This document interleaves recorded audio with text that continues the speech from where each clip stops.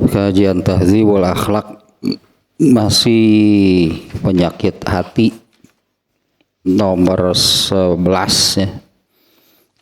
Al-kibru, kibria atau takabur. Masih tentang hal-hal yang bisa menjadikan takabur yang berupa keduniaan. Nah, kalau yang hal keagamaan ya yang kemarin yaitu ilmu dan amal. Nah, kalau yang sekarang ini bagian yang bisa menjadikan takabur yang berupa hal-hal keduniaan. Ya, nomor 1 itu keturunan, ya kemuliaan leluhur lah, kemuliaan orang tua atau leluhur. Yang kedua kemarin itu fisiknya, ketampanan, kecantikan, bentuk fisik. Nah, sekarang yang ketiga harta. Yang tentunya ya harta ini ya takaburnya itu pada orang yang berharta itunya, yang memiliki harta yang banyak, harta bisa dengan apa namanya, sebagai apapun katakanlah ya, sebagai apapun itu seseorang, apakah sebagai apa namanya banyak hartanya itu ya karena berdagang kah, karena jabatan kah atau apa gitulah, sehingga mempunyai harta yang banyak yang kemudian dia menjadi takabur yang dengan makna gitu kan. Takabur itu kan dengan makna takabur itu kan jadi menghina orang, merendahkan orang. Dalam hal ini soal harta gitulah, atau persisnya orang kaya gitu. Yang takabur itu orang kaya yang merendahkan, menghina orang miskin. Kurang lebih demikianlah jadinya orang yang takabur dengan harta itu ya orang kaya, orang yang punya banyak harta, orang yang punya harta yang merendahkan orang miskin. Nah, saya kira cukup demikiannya, orang yang berharta, orang yang punya harta itu dia merendahkan, dia menghina, merendahkan orang miskin. Yang lebih penting lah itunya, yang lebih penting lah kita melihat harta menurut Al-Quran, katakanlah ya, harta menurut Allah itu apa? Itunya yang harus, berarti yang harus dipahami. Nah, harta menurut Al-Quran atau harta menurut Allah itu apa gitu ya.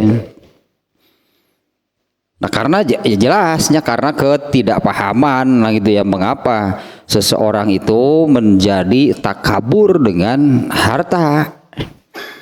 Nah, harta itu apa gitu ya, hakikat harta itu apa? Saya sudah cari tentang harta di dalam Al-Quran, banyak ternyata, sangat banyak ayatnya.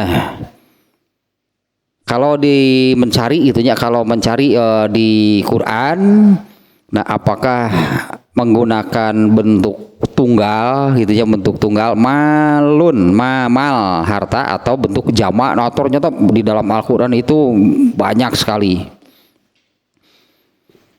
Kita lihat ini, mungkin ini juga tidak semuanya sih ya.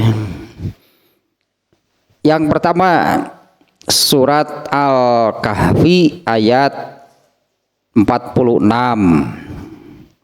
A'udzubillahi minasyaitonirrajim. Al-malu wal banuna zinatul hayatid dunya wal baqiyatu sholihatu khairun inda rabbika sawaba wa khairun amala. Ini sudah menunjukkan hakikat gitu ya, hakikat harta itu apa. Al-malu wal banuna zinatul hayatid dunya. Harta dan keturunan adalah perhiasan kehidupan dunia. Wal baqiyatus sholihatu khairun inda rabbika sawaba wa khairun amala. Sementara ternyata di sini selain itu ya menerangkan ya harta itu seperti ini, harta dan anak keturunan itu adalah perhiasan kehidupan dunia.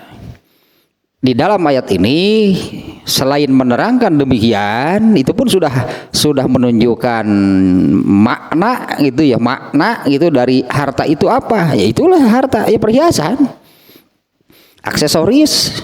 Artinya kan perhiasan, aksesoris ya bukan pokok berarti kan. Yang namanya aksesoris kan bukan pokok, aksesoris perhiasan bukan pokok. Itu pun itunya aksesoris perhiasannya untuk kehidupan dunia. Nah di ayat ini selain menerangkan demikian, Allah pun membandingkannya yang apa namanya ya, yang benar gitulahnya, yang benar dan yang baik itu bagi manusia itu apa? Bukan ini berarti, bukan harta, bukan keturunan. Nah artinya kan buat apa? Artinya lah kesebutannya, buat apa membanggakan anak, membanggakan keturunan, apalagi sampai menjadi takabur. Sementara yang baik dan yang benar itu bagi manusia itu adalah wal baqiyatus sholihah, amal soleh. Nah wal baqiyatus sholihah itu yang di sini Allah menyebutnya al baqiyah, baqiyah itu bako abadi. Al baqiyatus sholihah yang abadi, as-sholihah itulah amal soleh. Ya, amal soleh yang ini bahasa Al-Qur'an sihnya. Bahasa Al-Qur'an nih al baqiyatus sholihah. Tetapi amal soleh yang terus menerus. Ya, amal soleh yang konsisten berarti kan yang istimror bahasa ininya al baqiyatus sholihah itu amal soleh yang konsisten itu dilakukan. Khairun inda rabbika sawaba, itulah yang lebih baik balasannya di sisi Allah. Wa khairun amala, dan itulah yang baik, itulah yang benar untuk dijadikan harapan. Ya, untuk dijadikan harapannya di amal soleh yang konsisten, yang kontinu, yang terus menerus diamalkan itu lebih baik. Kalau yang lebih baik atau hari lebih baik kesana kan yang lain yang tadi juga baik. Itulah yang baik dan benar lah gitunya, karena yang demikian itu ada pahalanya, ada balasannya dari Allah. Amal soleh yang gitunya, amal soleh itu ada pahalanya, ada balasannya dari Allah. Dan pahala atau balasan dari Allah itu kan bukan hanya untuk di akhirat. Ya, pahala atau balasan dari Allah untuk amal soleh itu bukan hanya untuk di akhirat. Di dunia juga Allah sudah memberi balasan. Di alam kubur juga Allah sudah memberi balasan. Kalau alam kubur katakanlahnya ada di alam kubur itu kan ada nikmat kubur, ada siksa kubur. Mengapa seseorang mendapatkan nikmat kubur? Mengapa seseorang mendapatkan siksa kubur? Kan nikmat kubur atau siksa kubur itulah balasan dari amal. Nah misalnya ini ya yang ini tentang ini balasan, artinya kalau kan Allah itu tidak ada amal gitu, tidak ada amal yang tidak diberi pahala atau balasan ganjaran gitu bahasanya ya. Tidak ada amal yang tidak diberi pahala, balasan, ganjaran. Yang baik tentu balasan dari Allahnya yang baik, kalau yang buruk ya balasan dari Allahnya itu yang buruk. Dan ini kan bukan hanya untuk di akhirat, bukan hanya surga dan neraka. Balasan dari Allah itu sejak di dunia juga, setiap amal itu sudah diberi balasan. Di alam kubur, ini contohnya nih ya, di alam kubur. Rasulullah SAW kan pernah menjelaskan ya, ketika beliau itu lewat di pekuburan, Allah memperdengarkan ada 2 orang yang sedang disiksa kubur. Artinya itu untuk menunjukkan benar gitu ya, benar ada siksa kubur itu. Saat itu Allah memperdengarkan jeritan untuk orang yang sedang disiksa kubur. Nah, para sahabat bertanya, mengapa mereka disiksa? Ya, mengapa mereka disiksa? Rasulullah menjawab, yang pertama kan ada 2 orang itu yang sedang disiksa kubur itu. Saat itu jeritannya gitu Allah perdengarkan kepada Rasulullah. Kemudian Rasulullah berhenti, katakanlahnya waktu itu sedang lewat, berhenti, dan ya Rasulullah bersabda kepada para sahabat, ada 2 orang itu yang disiksa kubur. Nah, para sahabat bertanya, mengapa mereka disiksa kubur? Nah, Rasulullah menjawab, yang pertama kan amal awalu gitu, la yastatiru min baulihi. Nah, ini berarti balasan dari ini. La yastatiru min baulihi, yaitu tidak hati-hati. Yang tidak hati-hati itu dari najis, itulah intinya, ya, tidak hati-hati dari najis.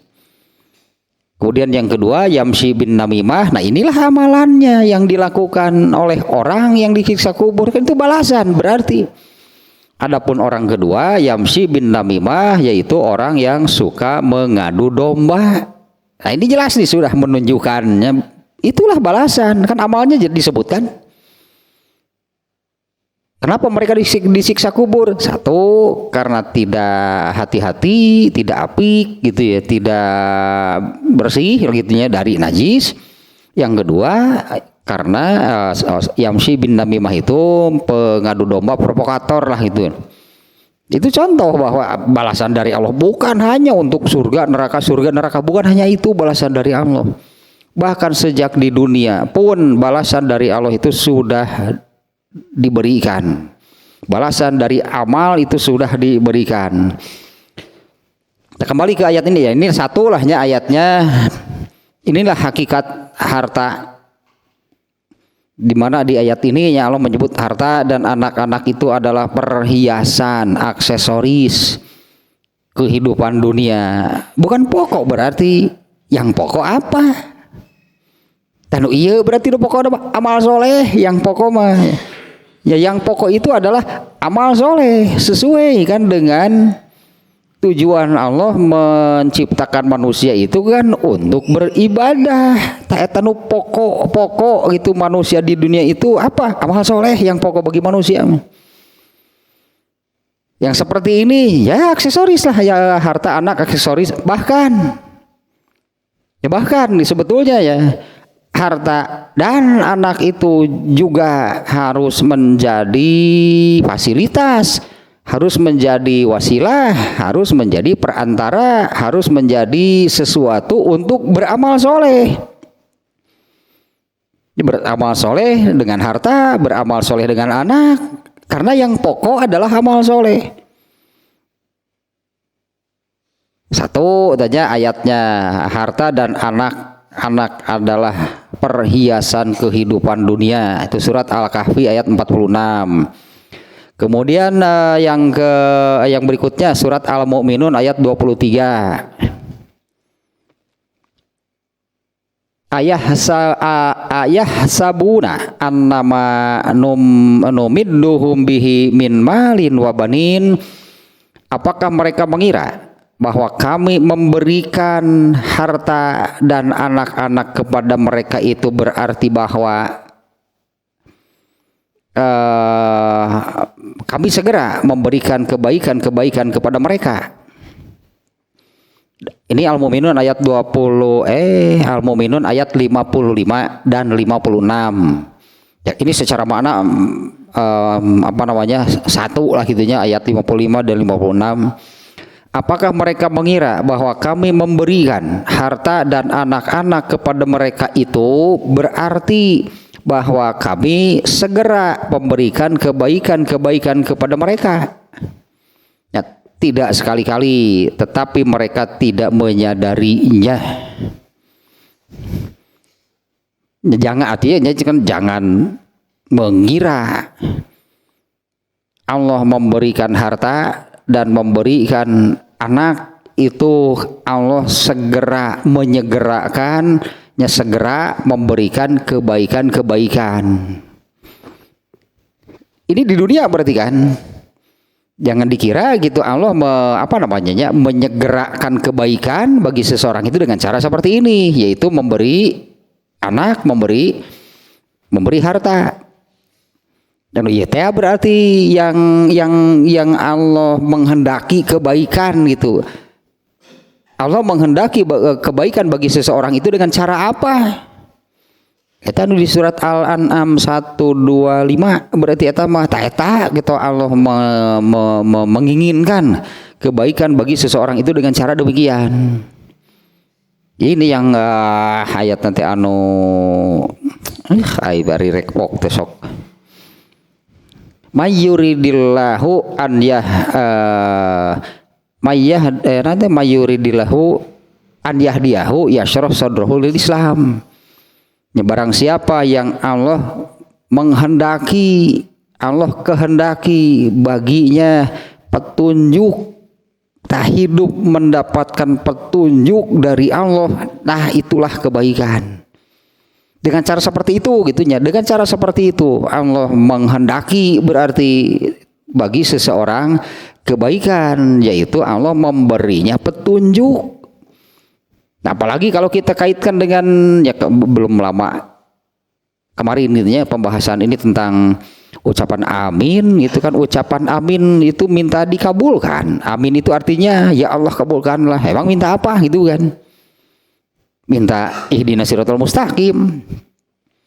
Minta dikabulkan itu minta ihdinas siratal mustaqim, tunjukkanlah kami ke jalan yang lurus.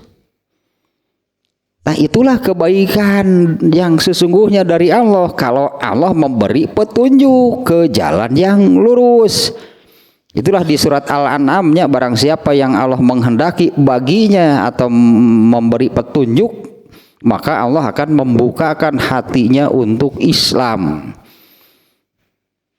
Nah, ini ayat Al-Mu'minun. Jangan sekali-kali gitu, apakah mereka mengira bahwa kami memberikan harta, memberikan anak kepada mereka itu berarti bahwa kami segera memberikan kebaikan kepada mereka. Ya, ternyata kan bukan, artinya bukan dengan cara seperti itu Allah menghendaki menyegerakan kebaikan bagi seseorang. Kemudian yang berikutnya surat Asy-Syu'ara ayat 88, tayin doa Nabi Ibrahim dia. Jadi dari ayat 80 berapa gitu. Ini ayat 28-nya ya yang menyebut-nyebut harta. Dari 87 lah no yang Rabbi wala tukhzini yauma yub'atsun. Janganlah engkau hinakan aku pada hari semua manusia dibangkitkan.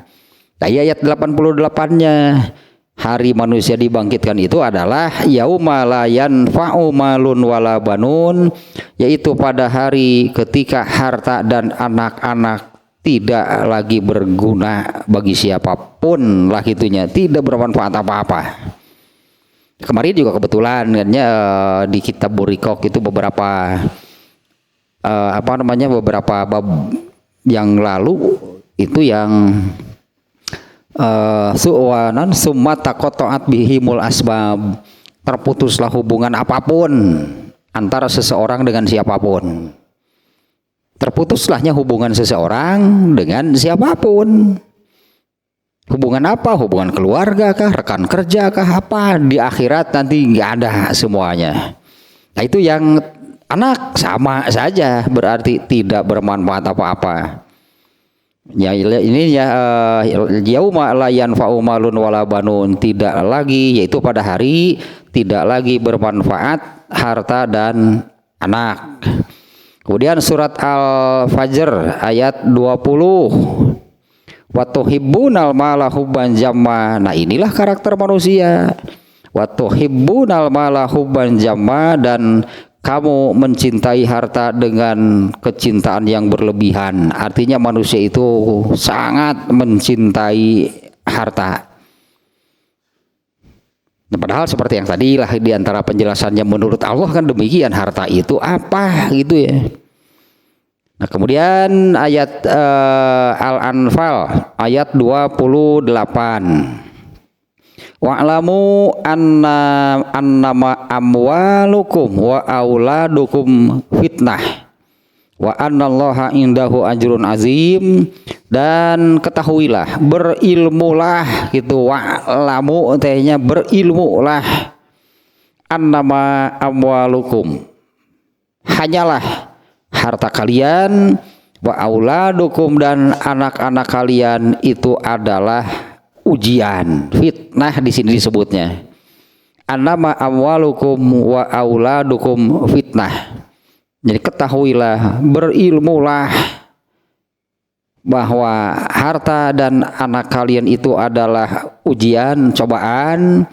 Wa annallaha indahu ajrun azim, dan sesungguhnya di sisi Allah itu ada pahala yang besar. Kemudian yang berikutnya nih, surat At-Taubah ayat 41. Jadi orang bacanya lebar dehnya karena dengan makna menyebut harta gitu, tapi kan dengan apa namanya lah, keterkaitan dengan masalah itunya yang berbeda-beda. Infiru khifafan wa siqalan wajahidu bi amwalikum wa anfusikum fisabilillah. Berangkatlah kalian berperang, baik dengan apa namanya ringan ataupun merasa berat. Ya, baik merasa ringan gitunya untuk melaksanakan perintah berperang itu, ataupun merasa berat. Nah, bagian ini ya, wajahidu bi amwalikum wa anfusikum fisabilillah, dan berjihadlah, bersungguh-sungguhlah di jalan Allah dengan harta dan diri kamu sendiri, dengan harta dan jiwa kamu. Ya, katakanlah kalau berperang itu dengan sampai gugur di medan perang, artinya dengan nyawa sekalipun. Bersungguh-sungguhlah di jalan Allah dengan harta dan jiwa kalian. Yang demikian itu adalah lebih baik bagimu jika kamu mengetahui. Apalagi kalau kita sekarang kan sudah jelas apa namanya, jelas melihat, mengetahui bagaimana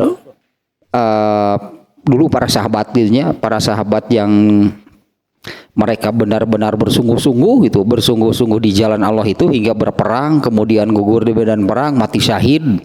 Nah, seperti apa yang mereka dapatkan dari Allah dengan seperti itu.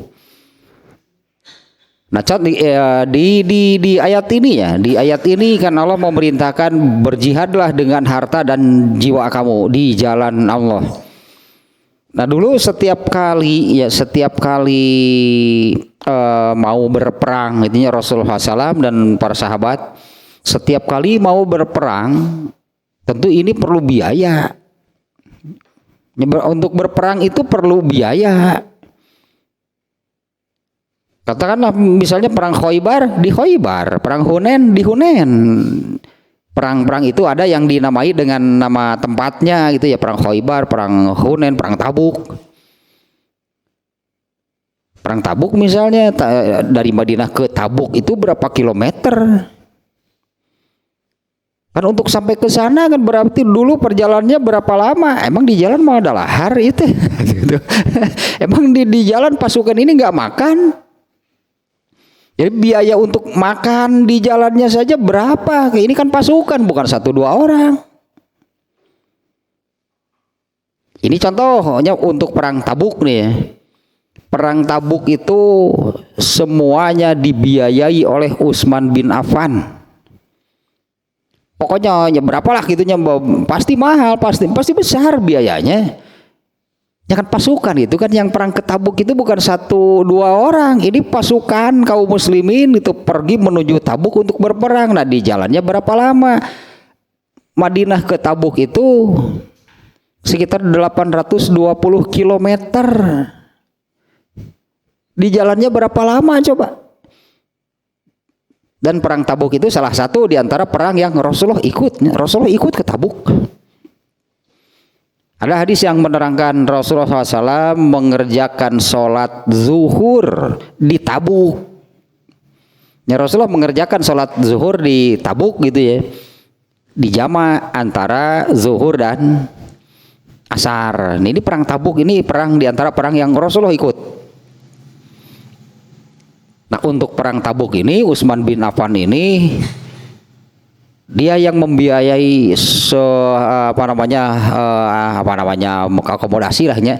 Dia yang membiayai akomodasi atau kebutuhan untuk perang Tabuk, tidak mau tercampuri. Itu salah satunya bukti lah gitu ya, bukti. Dan kalau kalau dengan jiwa kamu, para sahabat dan banyak dulu yang gugur di medan perang, mereka itu benar gitu ya, melaksanakan berjihadlah, bersungguh-sungguhlah di jalan Allah dengan harta dan jiwa kalian. Yang demikian itu lebih baik bagimu jika kamu mengetahui. Nah itu contohnya bukti sejarah gitu, hanya sudah dilakukan dulu hal seperti ini oleh para sahabat. Misalnya yang barusan contohnya Utsman bin Affan itu baru salah satu ya, Utsman bin Affan itu baru salah satu lah terkait satu hal itu. Utsman bin Affan itu mengeluarkan hartanya di jalan Allah. Saya kira besarnya membiayai perang Tabuk dengan perjalanan sekian kilometer saja kan, di jalannya berapa lama coba? Karena mereka semuanya perlu makan. Dalin pasukan Turais ya teh.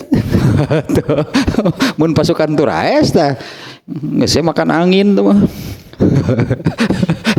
Grup Turais. Mun grup Turais begitu itu perlu sangu.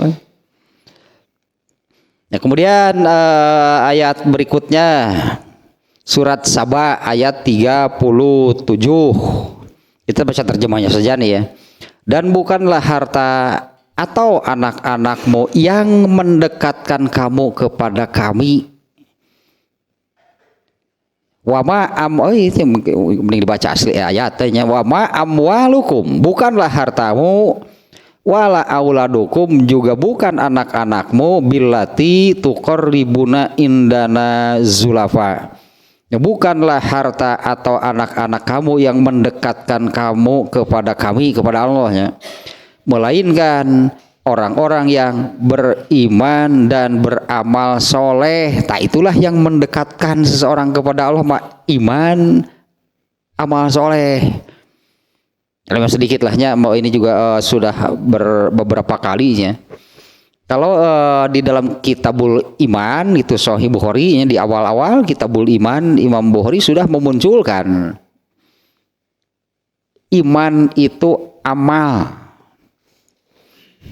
Beriman itu artinya beramal. Kalau seseorang beriman, iman itu amal. Maknanya adalah kalau seseorang beriman diberi pahala nggak? Imannya itu diberi pahala nggak? Teteh amal gitu, berarti berpahala gitu kalau amal. Matakna iman mah sing naonnya, iman mah sing gede, iman mah sing kanal.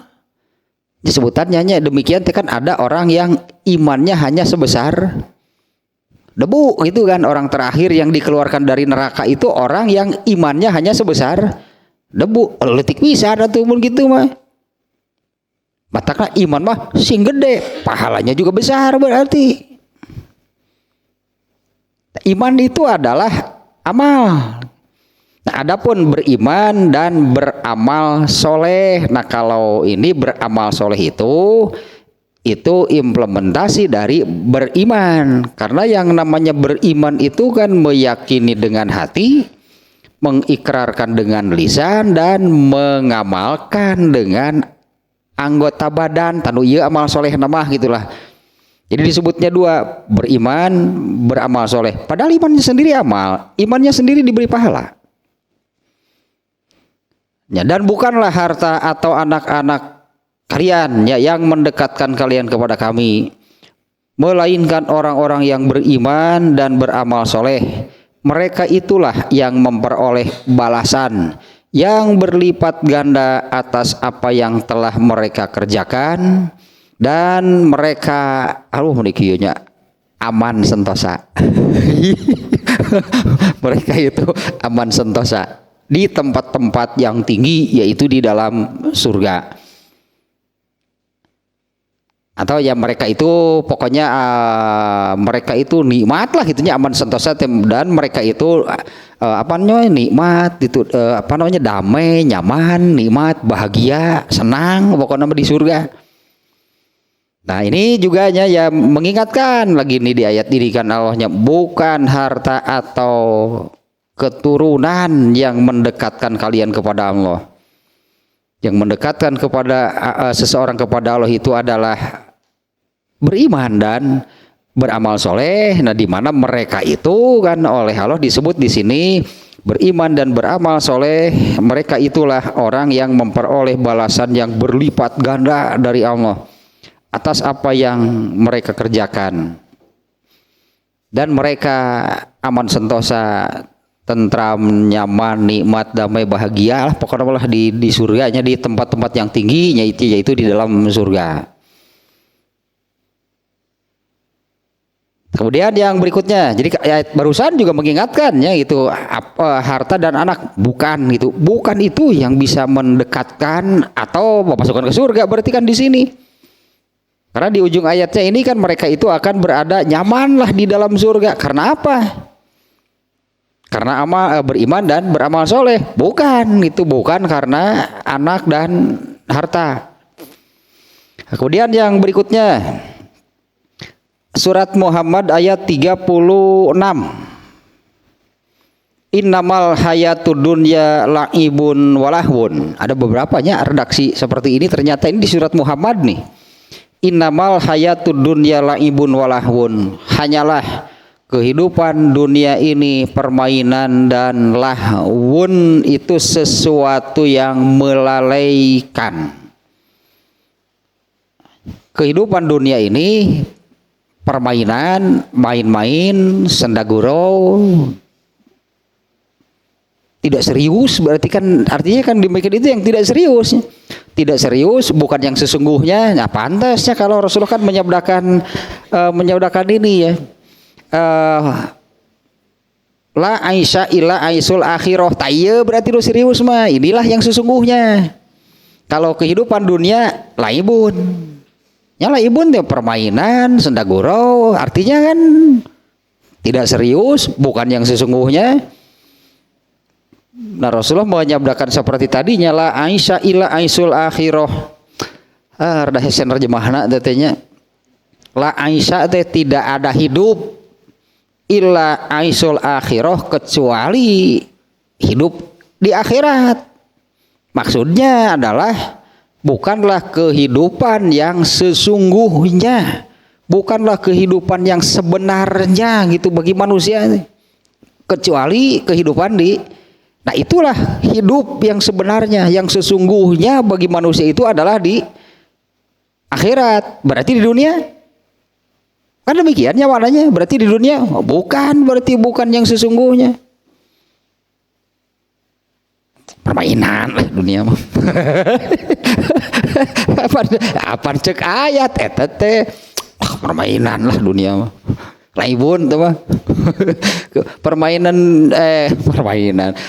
Innamal hayatud dunya ya itu arti laibun itu kalau ini secara bahasanya. Kalau bahasa kita kan ada di kita ini ada taman bermain misalnya ya. Taman bermain, tempat bermain anak-anak. Bahasa Arabnya mal'ab, tempat bermain, itu dari laibun katanya. Mal'ab itu isi makan, itunya kalau dalam bahasa Arab dari laibun. Jadi laibun teh naon? Ulin, heureuy, main-main. Artinya kan bukan yang sesungguhnya. Kita maksudnya teh. Dan sudah jelas lah eta mah, sebetulnya sudah jelas. Sudah jelas sudah tahulah manusia itu tahu gitu kehidupan dunia bukan yang sesungguhnya, tahu sebetulnya manusia. Apa buktinya gitu kalau kehidupan dunia ini bukan yang sesungguhnya? Kalau kehidupan dunia ini kehidupan yang sesungguhnya, dunia harus abadi berarti. Ya berarti kan dunia ini harus abadi. Kalau hidup itu inilah hidup yang sesungguhnya, dunia harus abadi berarti. Nah, ternyata kan di akhirat itulah yang abadi, eta yang sesungguhnya mah hidup abadi. Nah, sementara dunia itu ya seperti inilah permainan. dunia mah heureui wunggul. Sama laibun gitulah, main-main sendaguro dalam artinya bukan yang sebenarnya. Eta makna laibun teh. Bukan kehidupan yang sebenarnya ya, karena di dalam hadis tadi Rasulullah menyabdakan yang sebenarnya itu adalah kehidupan akhiratnya la aisha illa aisul akhirah, bukanlah kehidupan yang sesungguhnya melainkan kehidupan di akhirat. Hanya masalahnya kan ini juga sudah tahu sebetulnya. Nah, atunya geus arapal mah. Tah inilah manusia itu kena oleh lalai dan lupa. Padahal sudah tahu sebetulnya kehidupan yang sebenarnya itu bukan di dunia. Apa tahu dari mana? Ternyata sudah banyak yang meninggal. Ya kan kita tahu kan sudah banyak kan yang meninggal. Tidak abadi, belum lagi akal manusia akan sampai pada kesimpulan tanpa dalil nih. Tanpa dalil itu artinya tidak berdasarkan ayat Al-Quran, tidak berdasarkan hadis. Ini akal, murni saja akal. Dunia ini abadi nggak? Menurut akal manusia. Ternyata kan, ya untuk dunia lah katakannya, untuk dunia ini ternyata kan dari banyak hal gitu yang ada di dunia ini kan tidak ada yang abadi, semuanya di dunia itu hanya sementara. Kalau yang hidup mati, misalnya manusia kan melihat binatang, pohon atau manusia, ternyata kan sudah banyak yang mati. Atau kalau benda mati, lusuh, lapuk, rusak, hancur. Dari banyak melihat hal yang demikian, maka akal akan menyimpulkan bumi ini sendiri pasti seperti itu. Bumi ini sendiri pasti ada batas waktunya. Karena semua itu yang ada di dunia ternyata kan semuanya demikian. Berarti itu bukan kehidupan yang sesungguhnya bagi manusia. Dunia ini bukan kehidupan yang sesungguhnya. Kalau ayat sudah jelas segitunya Allah, artinya Allah sudah jelas memberitahu melalui ayat ini diantaranya innamal hayatud dunya laibun walahun. Nah, hanyalah kehidupan dunia ini permainan dan lahwun. Lahwun itu sebetulnya lahwun itu sesuatu yang melalaikan. Lahwun, kalau lahwun itu kata bendanya dalam bahasa Arab itu isim, kata benda. Kalau kata kerjanya itu seperti di surat At-Takatsur, alhaakum, telah melahwunkan kalian. Yaitu telah melalaikan kalian. Yang disebut lalai itu berarti dari kewajiban, dari kemestian, dari keharusan.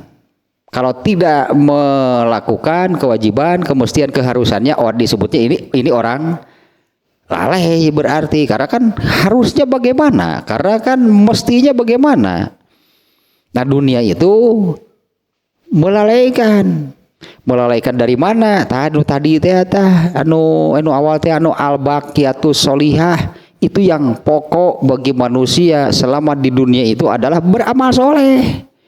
Adapun anak dan harta itu adalah aksesorisnya, aksesoris kehidupan dunia. Yang pokok apa? Beramal soleh. Tetanu pokok nama dunia ini, kehidupan dunia ini sifatnya, karakternya lahun. Kehidupan dunia ini melalaikan. Itu arti lahun teh, melalaikan. Wa in tu'minu wa tattaqu na yu'tikum ujurakum wala yas'alukum amwalakum. Nah, Allah menyebut hartanya di bagian akhir di ayat ini, surat Muhammad ayat 47. Hanyalah kehidupan dunia itu permainan dan sesuatu yang melalaikan. Jika kalian beriman dan bertakwa, ya in tu'minu wa tattaqu, jika kalian beriman dan bertakwa, yu'tikum ujurakum, iya Allah pasti memberikan kepada kalian balasannya. Jika kalian beriman dan bertakwa, pasti Allah memberikan balasannya kepada kalian. Wala yas'alkum amwalukum, dan Allah tidak meminta harta kalian. Ya, yang kemarin itu di bapaknya di dalam kitab Burikok itu, yang ini nih, yang orang kafir ditanya oleh Allah setelah di neraka. Orang kafir setelah di neraka itu Allah menerangkan hal seperti ini kan banyak ya, artinya Allah menerangkan nanti akhirat itu seperti apa, surga seperti apa, neraka seperti apa, kan Allah sudah menjelaskan. Bahkan di ayat Al-Quran pun nih Allah memuat beberapa penyesalan, padahal belum terjadi sebetulnya, kan nerakanya kan belum. Tapi Allah sudah memberikan gambaran bagaimana menyesalnya orang-orang yang masuk neraka. Di antaranya ada yang seperti ini, terkait harta sih, ini ya terkait harta nih. Allah bertanya kepada orang-orang kafir di dalam neraka, andai kamu punya emas sebesar bola dunia, sebesar bumi, mau gak menyerahkan kepadaku untuk membebaskan diri kamu dari neraka? Ya, andai kamu punya emas sebesar bumi, mau gak gitunya emas itu serahkan kepada Allah, ya agar kamu terbebas dari kemarin taburikok itu kan, tebusan itu. Mau gak kamu mengeluarkan, memberikan emas sebesar bumi kepada Allah agar kamu bebas dari neraka? Ya iya. Waduh, cek Allah teh, waduh, dulu aku pernah memerintah kamu yang jauh lebih ringan, teu minta naon, Allah teh sebutlahnya, tidak minta harta kan ya, sebutlah gitu. Ini kan hal yang paling mendasar. Wah, apa kamu pasti berdusta. Dulu aku pernah meminta yang jauh lebih ringan dari itu, yaitu tidak musyrik. Ente gitu ge, ayeuna jika nu nyosok lah, kalau betul saya bisa keluar mah saya serahkan emas sebesar bumi. Nah, jelema tukang wadul tidurnya keneh.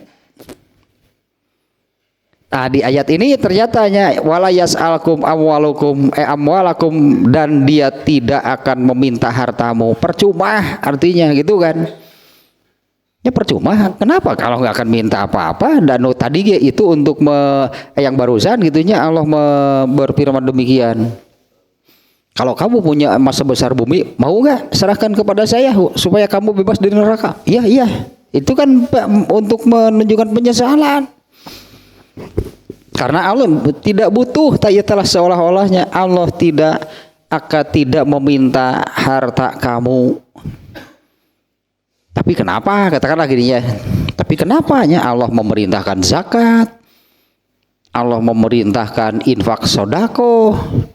Bahkan di surat ini, di surat di antaranya di surat At-Taghabun ayat 16 itu 17. In tuqridullaha qardon hasanan, jika kamu meminjamkan kepada Allah pinjaman yang baik, ya in tuqridullaha qardon hasanan, surat nanti At-Taghabun ayat 11 teh.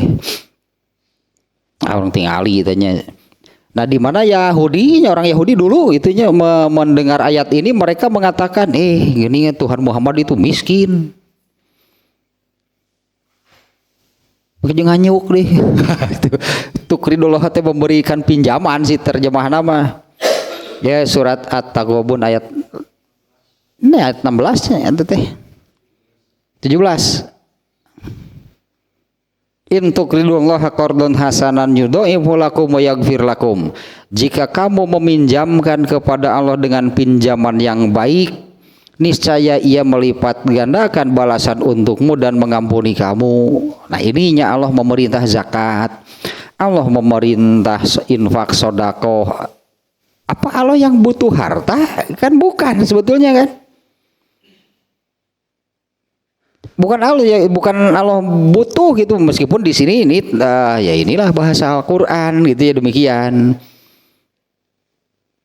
Seolah-olah gitu Allah meminjam, bahasanya di dalam surat At-Taghabun yang ayat 17 barusannya, in tuqridullaha qardan hasanan, jika kamu meminjamkan kepada Allah dengan pinjaman yang baik, niscaya Ia melipat gandakan balasan untukmu dan mengampuni kamu. Nah, ternyata kan ayat ini menyebutkan wala yas'al amwalakum, Allah tidak meminta harta kamu. Yang berikutnya di surat As-Saff ayat 11 ini yang menyebut harta nih ya. Ini jadi saya kira nanti dengan ayat-ayat ininya yang mudah-mudahan kita paham gitulah harta, hakikat harta itu apa. Ya tentu kaitannya dengan bab sekarang ini malah harta itu harusnya, ini menurut Allah itu harta itu begini nih masalahnya, begini sebetulnya inilah hakikat harta. Nah, ini kan di bab sekarang ini kan malah dijadikan takabur. Itu kan intinya kaitannya dengan sekarang, malah orang itu takabur dengan harta. Ya berarti dia kan tidak paham, berarti kan hakikat harta itu apa? Ya, hakikat harta bagi seseorang lah, katakan hanya hakikat harta bagi seseorang itu apa? Kita lanjutkan lagi ya di surat As-Saff ayat 10-11 sih sebetulnya ini ya. Mulai dari ayat 9. Ya ayyuhallazina amanu hal adullukum ala tijaratin tunjikum min azabin alim. Ya wahai orang yang beriman, maukah aku tunjukkan satu perdagangan jual beli yang akan menyelamatkan kalian dari azab, dari siksa yang pedih. Ya tu'minuna billahi wa rasulihi wa tujahiduna fi sabilillahi bi amwalikum. Ini harta disebut di sini. Ya, inginkah aku tunjukkan kepada satu perdagangan jual beli yang akan membebaskan kalian dari azab, dari siksa yang pedih, yaitu kamu beriman kepada Allah, tu'minuna billahi wa rasulih, ya, kamu beriman kepada Allah dan Rasulnya. Nah, bagian ini ya harta mah wa tujahiduna fi sabilillahi bi amwalikum wa anfusikum, dan berjihadlah, bersungguh-sungguhlah di jalan Allah dengan harta dan jiwa kalian. Zalikum khairul lakum in kuntum ta'lamun, itu adalah lebih baik jika kamu mengetahui. Kita lanjutkan nama yaghfir lakum dzunubakum di ayat ke berapa, ke 12-nya ya. Allah pasti mengampuni dosa kalian, yaghfir lakum dzunubakum wa yudkhilkum jannatin tajri min tahtihal anhar, dan memasukkan kalian ke dalam surga yang mengalir di bawahnya sungai-sungai, wa masakina thayyibatan, tadi dan tempat yang baik sih sebenarnya, dan tempat yang baiknya nu tadi teh lah nu aman sentosa pokokna mah di surga mah mun aman sentosa nya terjemahna. Ya eta kitu tadi nama.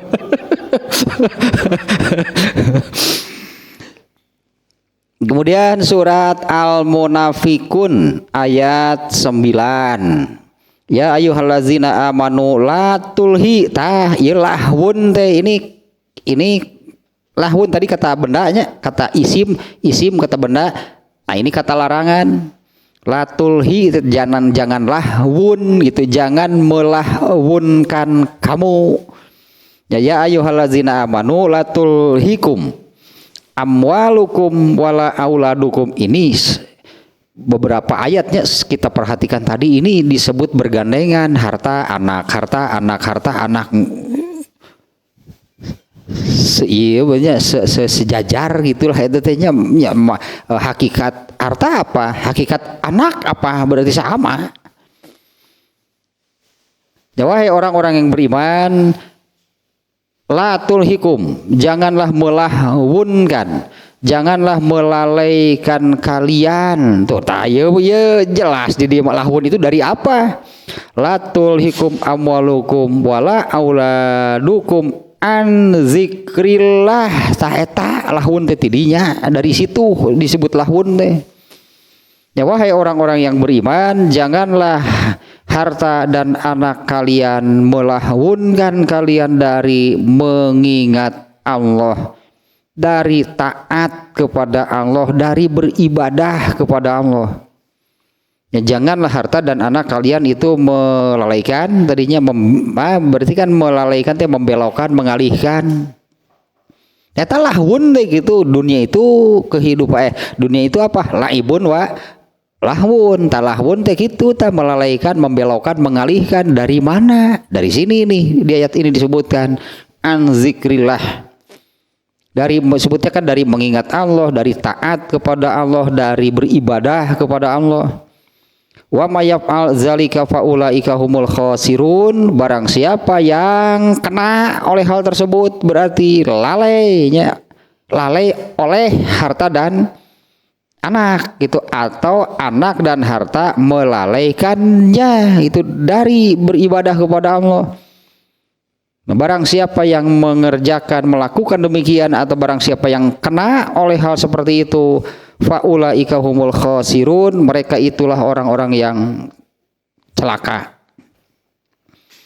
Kemudian yang berikutnya nih, innama amwalukum wa auladukum fitnah wallahu indahu ajrun azim. Nah ini surat At-Taghabun ayat 15. Nah itunya yang saya catatnya dari ayat-ayat Al-Quran terkait dengan harta. Meskipun masih banyak tentang harta, tadi sangat banyak bahkannya di dalam Al-Quran Allah menyebut harta.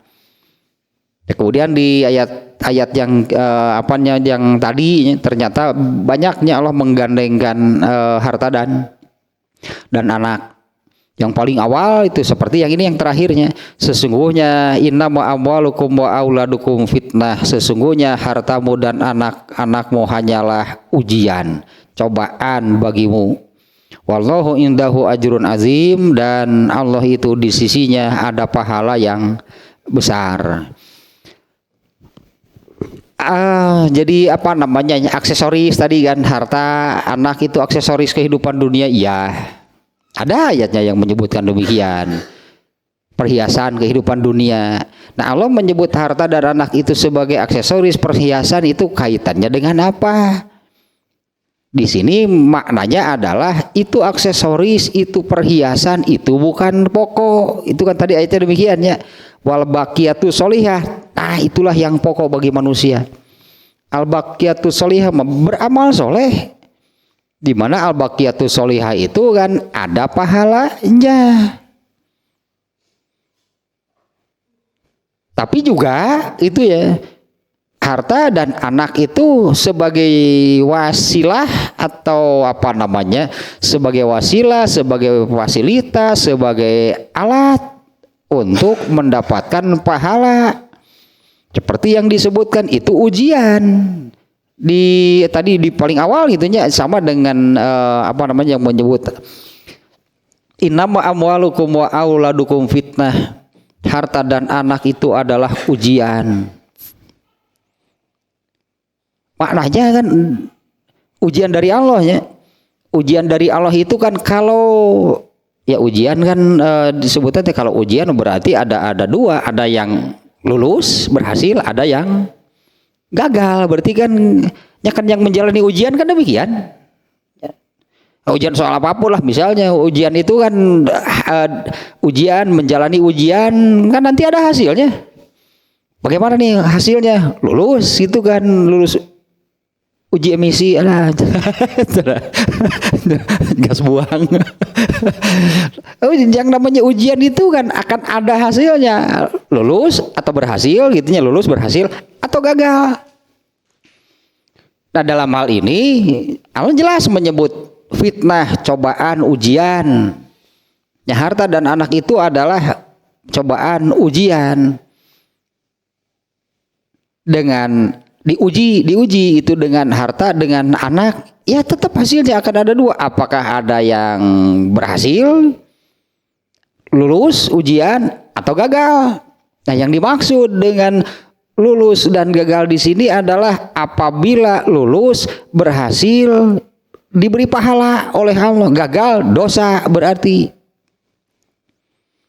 Artinya kan dengan hartanya, dengan harta dan anak ini, seseorang ini akan ada yang apakah bisa mendapatkan pahala, dengan hartanya ini jadi pahala, atau dengan hartanya ini jadi dosa. Tapi tetap makna itu harta dan anak itu adalah ujian. Yang namanya menjalani ujian itu nanti hasilnya itu ada yang berhasil, ada yang lulus, ada yang gagal.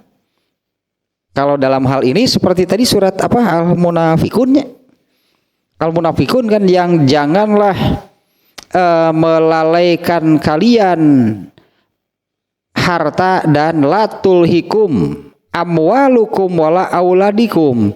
Janganlah wahai orang-orang yang beriman, janganlah melalaikan kalian harta dan anak. Emang harta dan anak itu apa? Tadi surat At-Taghabun, harta dan anak itu adalah fitnah. Si bahasa di sini nyanyi ujian. Innama amwalukum wa auladukum fitnah. Hanyalah itu harta dan anak itu ujian. Nah, janganlah di ayat Al-Munafikun itu, janganlah melalaikan kalian harta dan anak kalian. Nah, yang lalai berarti karena anak, karena harta itulah yang gagal. Makanya di surat Al-Munafikun tadinya Allah menyebutkan di akhir ayat tersebut, barang siapa yang kena oleh lalai, barang siapa yang jadi lalai, mereka itulah orang-orang yang celaka. Ya artinya berdosa karena dia menjadi lalai, dan yang penyebab lalainya itu adalah harta dan anak. Itu makna ujiannya, harta dan anak itu ujian. Yang namanya ujian pasti dua hasilnya. Apakah berhasil dengan ujian itu disebutnya kan sukses, lulus, berhasil, atau gagal.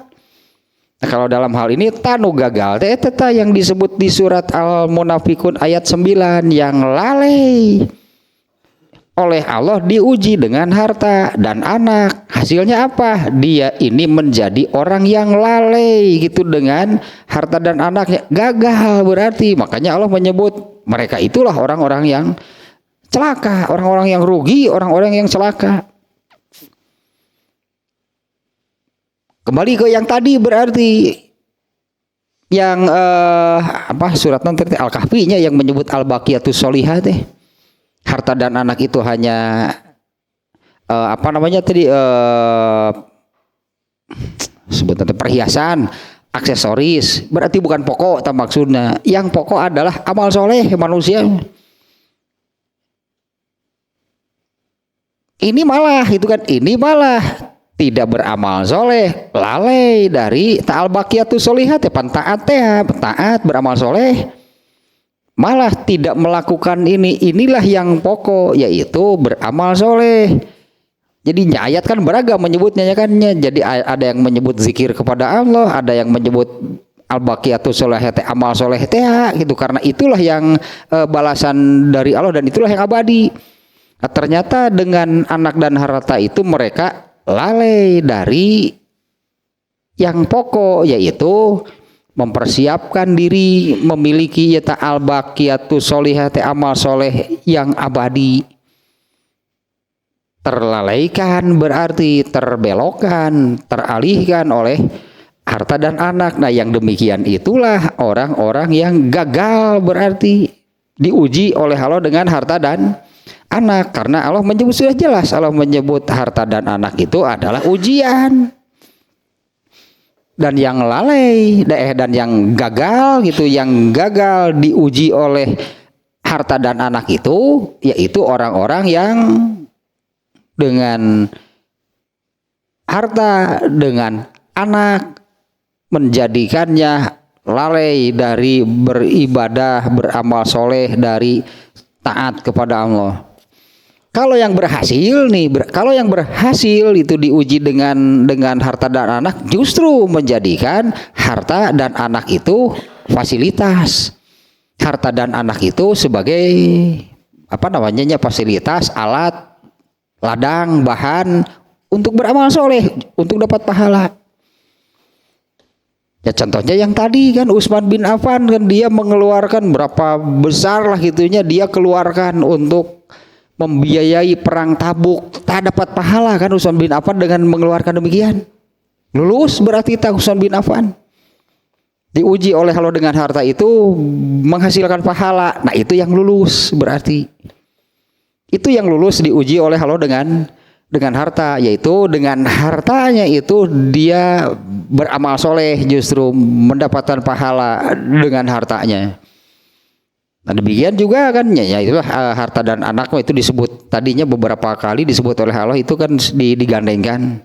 Berarti masalahnya sama gitulah dalam hal ini, apakah lulus diuji dengan harta dan anak atau gagal.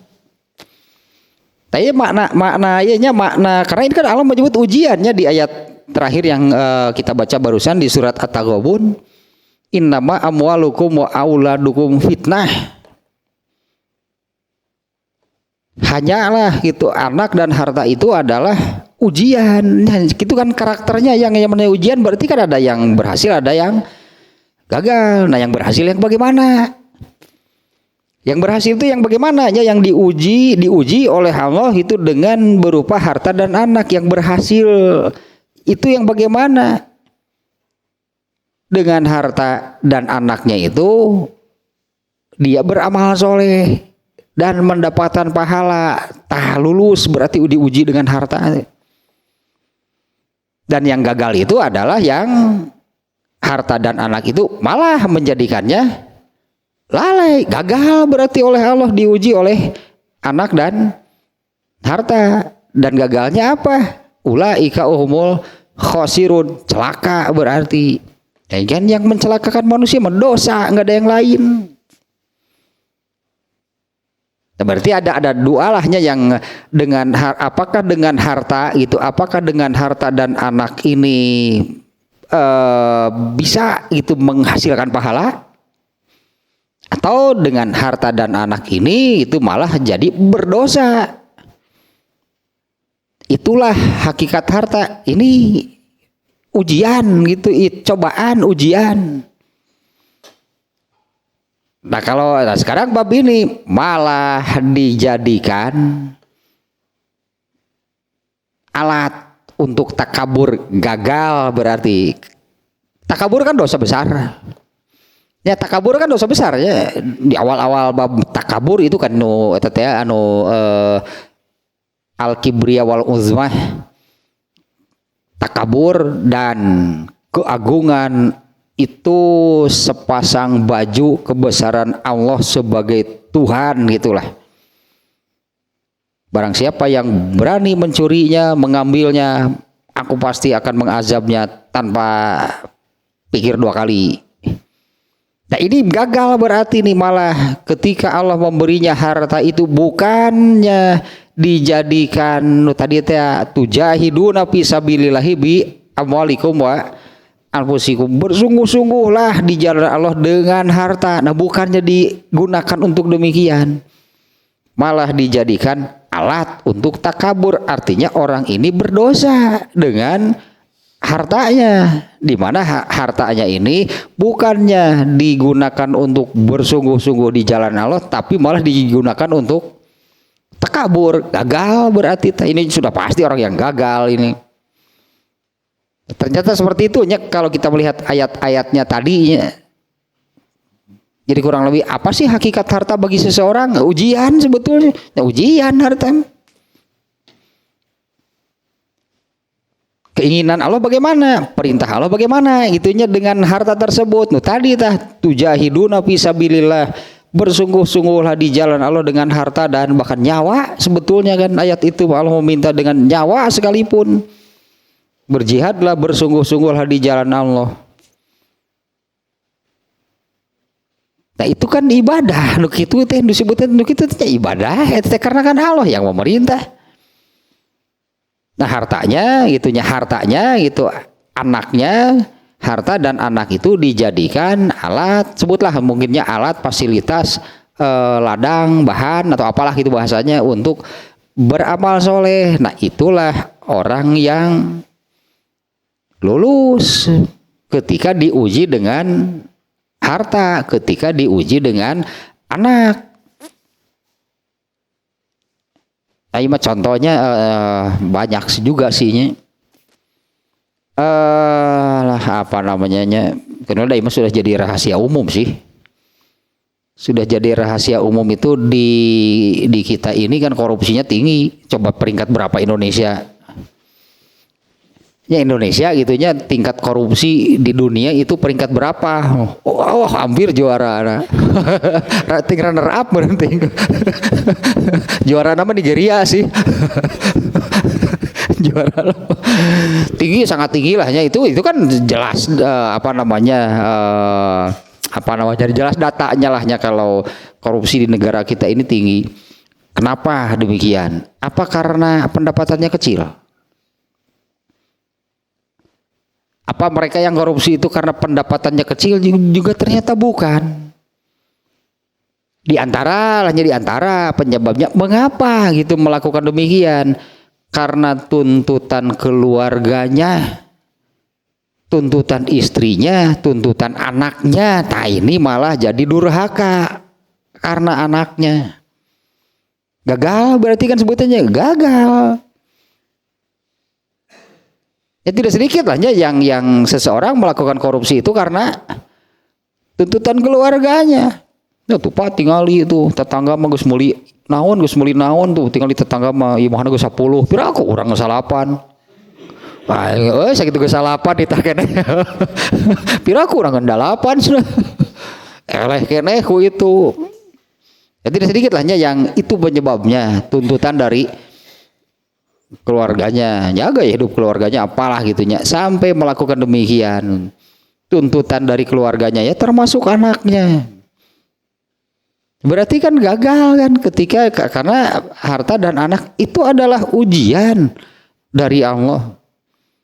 Gagal berarti diuji karena dengan anak, melalui anaknya, dengan anaknya itu dia ini melakukan pelanggaran. Dia ini melakukan perbuatan dosa, itu melakukan maksiat terhadap Allah melalui anaknya. Ya melalui hartanya gitu nya. Nah dua lah nu eta teh. Nah kembali kalau terkait dengan takaburnya akhirnya sudah sangat jelas lah ya.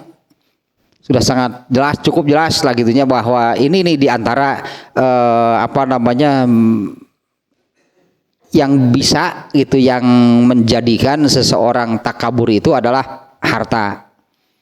Padahal itu kan makna atau hakikat harta yang sesungguhnya menurut ayat-ayat tadi lah saya kiranya sudah cukup jelas. Yang terutama harta itu adalah ujian. Artinya jangan sampai gagal, jangan sampai celaka gitu karena harta, seperti yang Allah firmankan di surat Al-Munafikun ayat 9 tadi.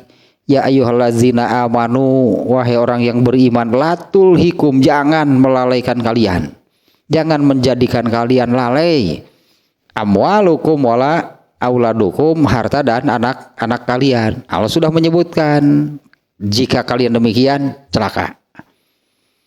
Kan di ujungnya wa may yaf'al zalika faulaika humul khosirun. Barang siapa yang lalai karena harta dan anak, itulah atau pasti celaka. Saya kira sudah cukup nih ya tentang harta, karena di sini pun ya, di sini sebetulnya sangat pendek dalam arti dengan maksudnya sangat pendek, bahwa apa sih yang bisa menjadikan seseorang takabur. Nah ini nomor berapa, nomor 3-nya, yaitu harta. Sudah sangat jelas, itu banyaklah kenyataannya nya. Realitanya banyaknya orang-orang yang the have atau gitu. The have itu bebas sultan. Ngomong gue bebas sultan mah itu kan karena harta kan. Mun disigana teh nu beunghar mah meunang gitu kieu ge. Lamun miskin meuli kitu salah kieu salah. Tapi lamun sultan bebas. Oh anak nawayan bisa disanjung, dipuja-puja karena anak sultan, karena anak orang kaya.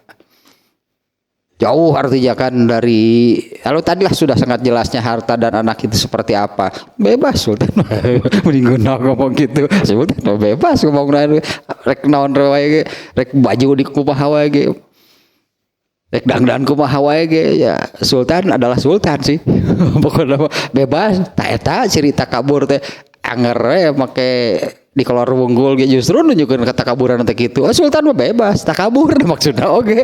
Padahal di kolor wunggul. Tapi nu miskin geus dangdang satekar kapake tetap. Tetap geus mane mali di dieu ya tempatna. Terus saya kira cukup tanya. Ya tadi tanya sengaja gitu baca cari belum hadis, ininya belum ditambah hadis sebetulnya. Sengaja tadinya saya cari-cari itu, nah, orang bisa takabur dengan harta. Ya, emang harta itu apa gitunya, makna harta itu apa? Nanti juga ada nih di bab, tapi masih jauhnya. Saya buka-buka juga kitab ini Tahdzibul Akhlaq ini di bab ke-29. Masih jauh ternyata. Ini baru bab 11. Bab ke-29 nah tentang harta tanya, bagaimana harta yang apa disebutan teh madhul mal, mazmumul mal teh, harta yang terpuji, harta yang baik, harta yang tercela. Itu ada sebetulnya penjelasannya, hadisnya juga banyak. Nah intinya yang barusan lahnya menurut ayatnya bahwa itu ujian, jangan sampai gagal. Yang disebut sukses, berhasil diuji dengan harta dan anak itu, kalau dengan harta dan anak itu dapat pahala. Dan kalau yang gagal itu justru dengan diberi harta dan anak itu malah menjadi dosa. Terus berarti nomor 3-nya hal keduniaan disebutnya di ini kategorinya ya. Hal keduniaan itu yang bisa menjadikan seseorang takabur. Yang nomor 3 itu adalah harta.